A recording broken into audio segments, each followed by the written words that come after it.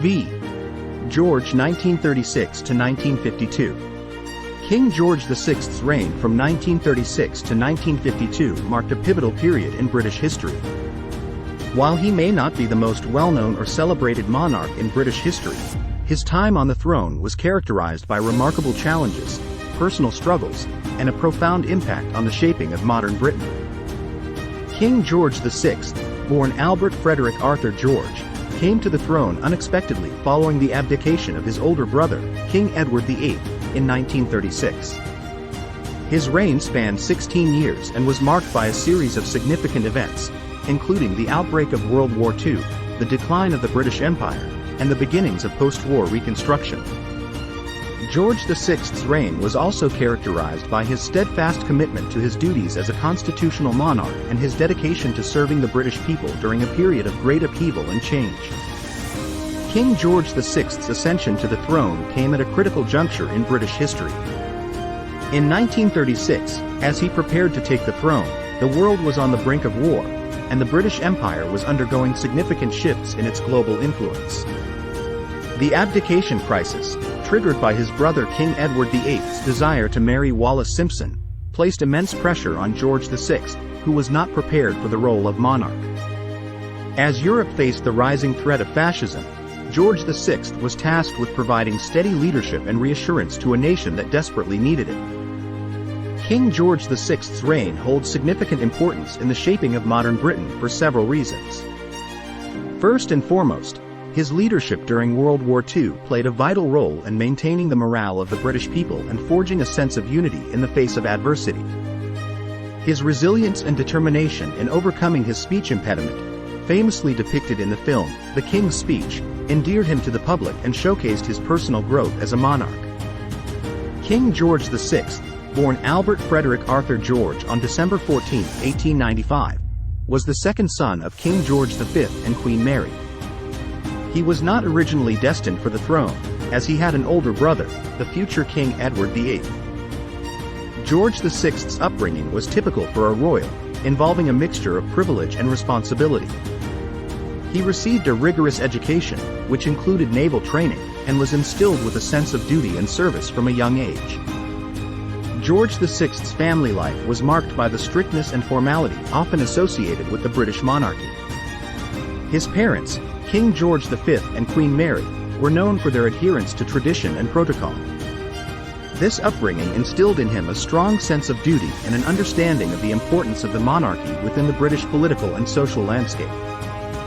The unexpected and abrupt ascension of Albert, who later took the regnal name George VI, to the throne was a result of the abdication crisis that unfolded in 1936.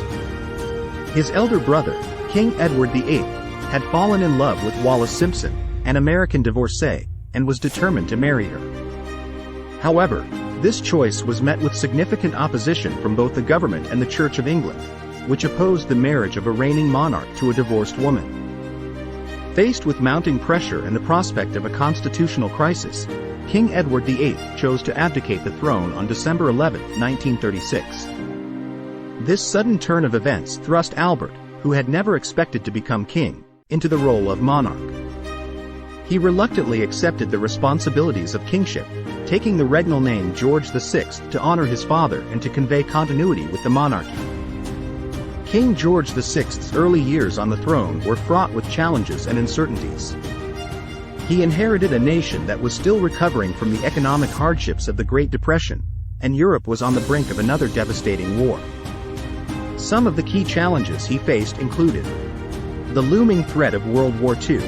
In the years leading up to the war, Europe was becoming increasingly unstable, with the rise of Nazi Germany and other authoritarian regimes. George VI had to navigate complex international relations and provide strong leadership as the world teetered on the edge of conflict. Rebuilding the monarchy's image. The abdication crisis had damaged the image of the monarchy, and George VI had to work to restore public trust and confidence in the institution. He sought to modernize the monarchy and make it more accessible to the British people. Personal struggles. One of the most well-known challenges George VI faced was his severe speech impediment, a stammer, which affected his ability to speak publicly. Overcoming this obstacle required extensive speech therapy and personal determination, a journey that was later depicted in the film, The King's Speech. King George VI's reign was marked by a remarkable personal struggle, his severe speech impediment, which significantly impacted his ability to communicate effectively. His stammer, a form of speech disorder, made it challenging for him to speak clearly and confidently, especially in public and during formal speeches. This impediment was particularly problematic for a monarch who was expected to address the nation during a time of great uncertainty and crisis. The impact of the king's speech impediment was not limited to his own confidence and communication abilities. It also raised concerns among his advisors and the British government about his ability to fulfill his royal duties effectively. It was crucial for the king to overcome this obstacle to provide the strong leadership and reassurance that the British people needed, especially in the lead-up to and during World War II. King George VI's journey to overcome his speech impediment was marked by determination, perseverance, and a commitment to self-improvement. He recognized the importance of being able to communicate clearly and inspire confidence in his subjects. To address his speech issues, he embarked on a rigorous regimen of speech therapy, which included working with speech therapists and experts in the field. Lionel Logue, an Australian speech therapist, played a pivotal role in helping the king improve his speech. Logue used various techniques and exercises to build the king's confidence and reduce his stammer. Their relationship was not only therapeutic but also deeply personal, as Logue and the king developed a strong bond of trust and friendship. Beyond formal therapy sessions, King George VI practiced tirelessly on his own, often spending hours each day working on his speech. His dedication to improving his communication skills demonstrated his commitment to his role as a monarch and his desire to connect with the British people on a personal level. Over time, King George VI's efforts to overcome his speech impediment began to yield positive results. Through a combination of speech therapy, personal determination, and sheer willpower, he gradually became a more confident and eloquent speaker. His journey from a hesitant and stammering monarch to a king who could deliver speeches with clarity and conviction was nothing short of remarkable. The turning point in his public speaking abilities came during his Christmas broadcast in 1939, where he delivered a moving and powerful speech that resonated with the nation. This successful address marked a significant milestone in his journey to becoming a confident and eloquent monarch. King George VI's ability to overcome his personal struggles endeared him to the British people and showcased his resilience and determination. His transformation into a more effective communicator not only boosted his own confidence but also played a crucial role in bolstering the morale of the nation during the challenging years of World War II. His journey remains an inspiring testament to the power of determination and self-improvement, and it further solidified his place in history as a monarch who faced adversity with courage and grace. In the late 1930s, as King George VI settled into his role as monarch, the geopolitical landscape of Europe was becoming increasingly tense. Adolf Hitler's Nazi Germany was aggressively expanding its territory and ambitions, while other European nations were grappling with the threat of fascism.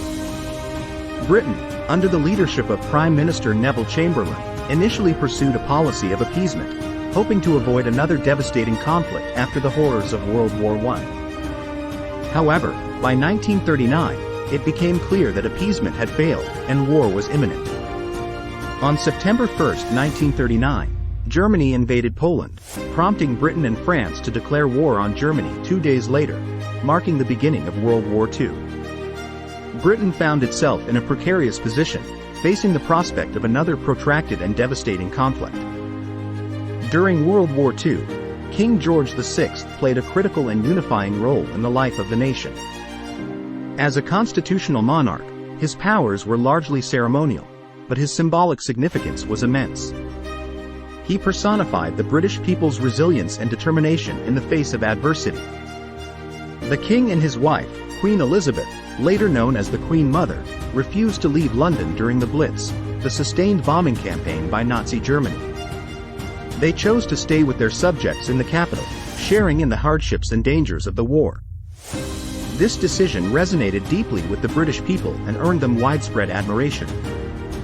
King George VI regularly visited troops, hospitals, and bomb-damaged areas, boosting the morale of the armed forces and civilians alike.